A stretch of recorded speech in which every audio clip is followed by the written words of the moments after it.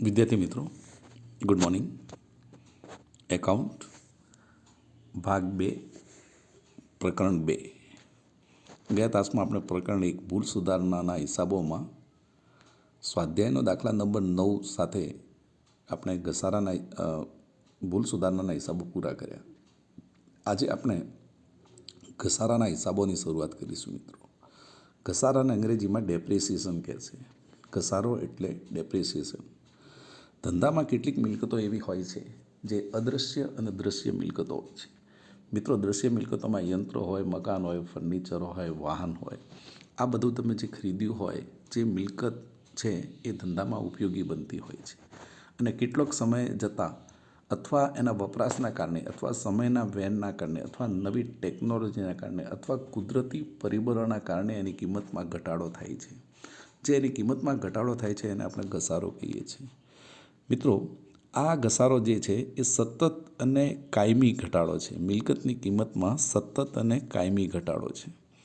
તો ઘસારાનો અર્થમાં કાર્ટર નામનો જે અર્થશાસ્ત્રી છે, કાર્ટર નામનો એક વ્યક્તિ છે, એને જે વ્યાખ્યા આપી છે કે મિલકતની કિંમતમાં કોઈ પણ કારણસર ક્રમશઃ અને કાયમી ઘટાડો થાય તેને ઘસારો કહીશું.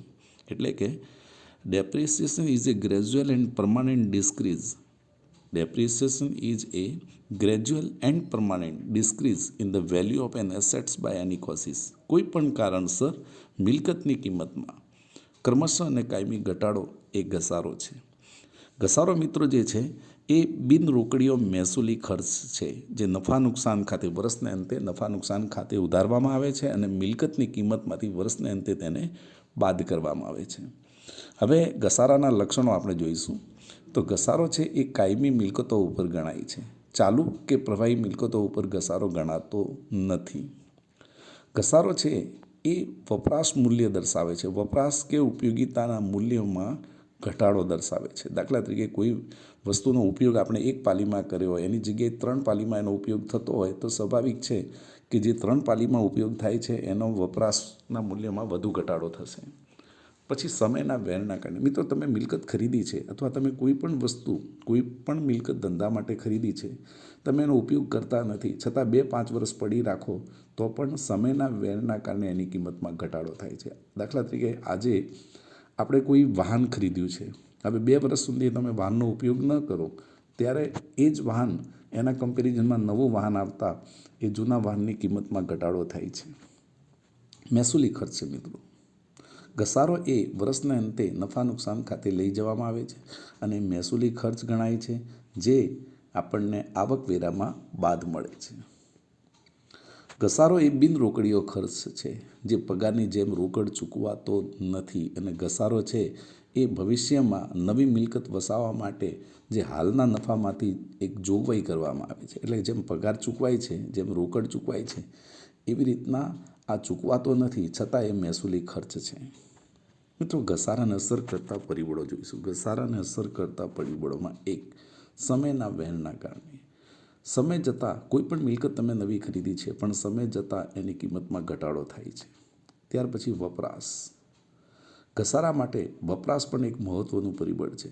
જેટલો મિલકતનો વપરાશ વધુ થશે એટલી જ એની કિંમતમાં ઘટાડો વધારે થશે.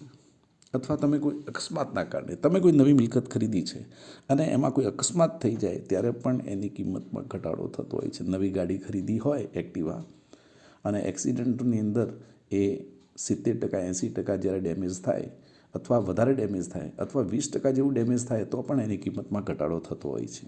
નવી શોધખોળ.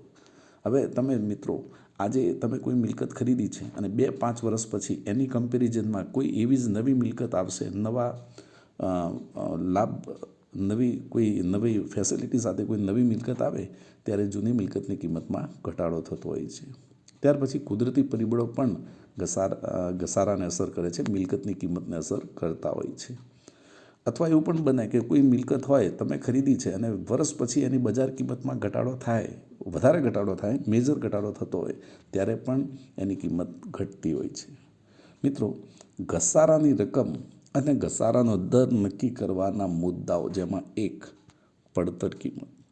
વસ્તુ તમને કેટલામાં પડી છે, વસ્તુની ખરીદી કરી હોય, ખરીદ કિંમત હોય, પછી એ લાવવાનો ખર્ચ હોય, એને ગોઠવવાનો ખર્ચ હોય, અથવા જૂની મિલકત ખરીદી હોય તો એને ચાલુ હાલતમાં લાવવા માટે જેને આપણે મરામત ખર્ચ કહીશું, આ બધા જ ખર્ચા છે એ ઉમેરવામાં આવે છે, એને આપણે પડતર કિંમત કહીશું.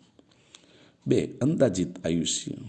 જે મિલકત તમે ખરીદી છે એ કેટલા વર્ષ સુધી ઉપયોગમાં લઈ શકાશે એને આપણે અંદાજિત આયુષ્ય કહીશું.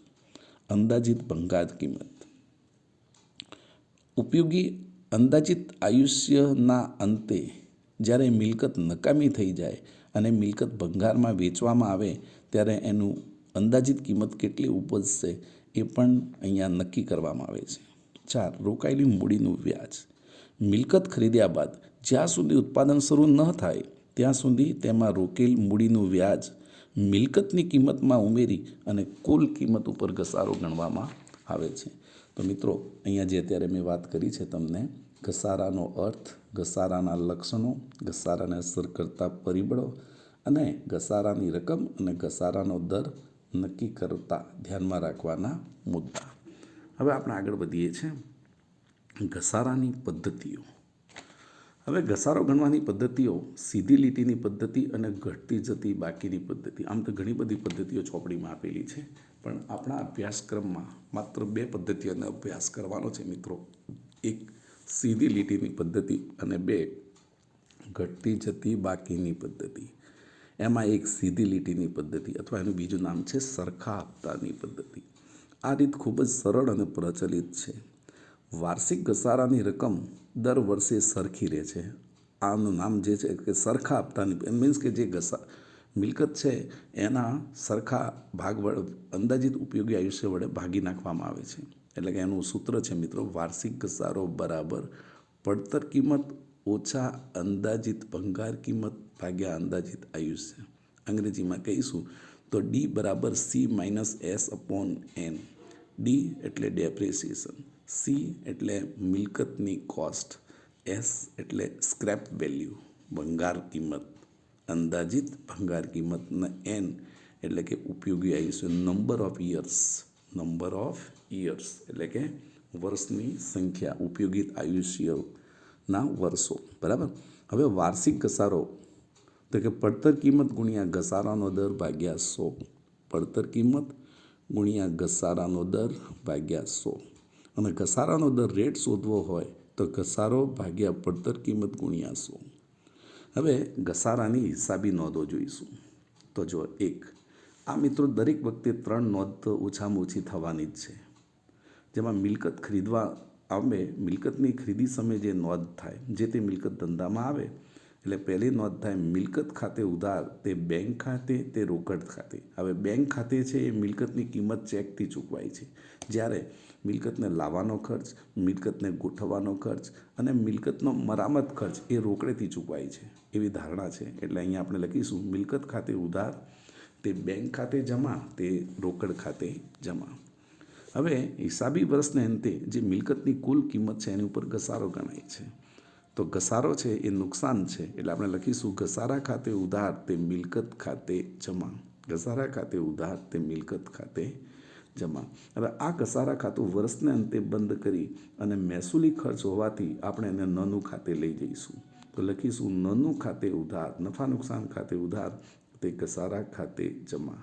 અહીંયા ઘસારાને નફા નુકસાન ખાતાની ઉધાર સાઈડમાં દર્શાવીશું અને પાકા સરવૈયામાં જે તે મિલકતમાંથી ઘસારાની રકમ બાદ કરી અને બહારના ખાનામાં મિલકતની ઘસારા બાદ કિંમત દર્શાવીશું. તો મિત્રો અત્યારે જે વાત કરી છે ઘસારો ગણવાની પદ્ધતિ, જેમાં સીધી લીટીની પદ્ધતિ અને ઘટતી જતી બાકીની પદ્ધતિ. હવે આગળ આપણે વાત કરીએ છીએ મિત્રો ઘટતી જતી બાકીની પદ્ધતિ. ધ્યાન આપો, ઘટતી જતી બાકી. અહીંયા દરેક વર્ષે જેમ જેમ ઘસારો ગણાય છે એમ મિલકતની કિંમત ઘટતી જાય છે અને ઘસારાની રકમ પણ ઘટતી જાય છે. કારણ કે દાખલા તરીકે 10,000 રૂપિયા હોય, એમાંથી 10% તમે ઘસારો બાદ કરો તો બીજા વર્ષ માટે એની કિંમત 9,000 થશે. 9,000 ઉપર 10% એટલે કે ઘસારો ગણો તો 9,000માંથી 900 બાદ કરીશું, બીજા વર્ષે એની કિંમત 8100 રહેશે. આ રીતે દરેક વર્ષે મિલકતની કિંમત પણ ઓછી થતી જાય છે અને ઘસારાની રકમ પણ ઘટતી જાય છે. પરિણામે આ જે ઘસારાની પદ્ધતિ છે એને ઘટતી જતી બાકીની પદ્ધતિ કહીશું. મિત્રો ધ્યાન આપો, આ પદ્ધતિમાં વર્ષને અંતે મિલકતની શરૂઆતની બાકી ઉપર આપેલા ઘસારાના દરે ઘસારો ગણવામાં આવે છે. અહીં મિલકતની શરૂઆતની બાકી વર્ષના અંતે ઘસારો બાદ થતાં મિલકતની બાકી ઘટતી જાય છે. તેથી ઘસારાની રકમ પણ દર વર્ષે ઘટે છે. ઘસારાપાત્ર મિલકતોની વાત કરો મિત્રો, તો જે મિલકતની ખરીદી કરી હોય એમ પણ વેચાણનો હેતુ ન હોય, એટલે કે ધંધામાં વપરાશ માટે ખરીદી હોય તો જ એ ઘસારાપાત્ર મિલકત ગણાય છે. બીજી વાત કે જે મિલકત તમે ખરીદી છે એનું ઉપયોગી આયુષ્ય, એટલે કે જો એક જ હિસાબી વર્ષ માટે હોય તો એની ઉપર ઘસારો ન ગણાય. એક કરતાં વધુ વર્ષ માટે, એટલે કે લાંબા ગાળાના ઉપયોગ માટે જો આ મિલકત ખરીદી હોય તો જ એને ઘસારાપાત્ર ગણાય છે. અને બીજી વાત કે જેનું આયુષ્ય મર્યાદિત હોય એની ઉપર ઘસારો ગણાય છે. અમર્યાદિત આયુષ્ય હોય અથવા કે જેનું આયુષ્ય નક્કી જ ન કરી શકાતું હોય તો આવી મિલકતો ઘસારાપાત્ર રહેતી નથી. તો વિદ્યાર્થી મિત્રો, આ જે ઘસારાના હિસાબો છે એમાં 6 ગુણનો દાખલો પૂછાય છે. 6 ગુણનો દાખલો પૂછાતો હોય છે. થિયરી લગભગ પૂછાતી નથી, બરાબર છે ને. એનું વેટેજ છે એ બીજી ટેસ્ટ અને છેલ્લી વાર્ષિક પરીક્ષામાં 6 ગુણનો દાખલો હોય છે. તો મિત્રો, અહીંયા આપણે અત્યારે જે વાત કરી, ઘસારાનો અર્થ, ઘસારાના લક્ષણો, ઘસારાને અસર કરતા પરિબળો, બરાબર, અને ઘસારો ગણવાની પદ્ધતિ, જેમાં સીધી લીટીની પદ્ધતિ અને ઘટતી જતી બાકીની પદ્ધતિ. હવે ઘસારાની જે હિસાબી નોંધો છે, પહેલાં જ્યારે આપણે મિલકત ખરીદીશું તો લખીશું મિલકત ખાતે ઉધાર તે બેંક ખાતે તે રોકડ ખાતે. હવે હિસાબી વર્ષના અંતે જ્યારે મિલકતની કિંમત ઉપર ઘસારો ગણાય તો બીજી નોંધ થશે ઘસારા ખાતે ઉધાર તે મિલકત ખાતે જમા. અને ત્રીજી નોંધ થશે ઘસારાને વર્ષને અંતે નફા નુકસાન ખાતે લઈ જઈ અને ઘસારા ખાતું બંધ કરવામાં આવે તો નફા નુકસાન ખાતે ઉધાર તે ઘસારા ખાતે. એટલે કે ઘસારાના દાખલામાં આ 3 આમનોંધો તો થશે જ. ત્યાર પછી ચોથી આમનોંધ એવી આવે કે મિલકતને વેચી નાખવામાં આવે.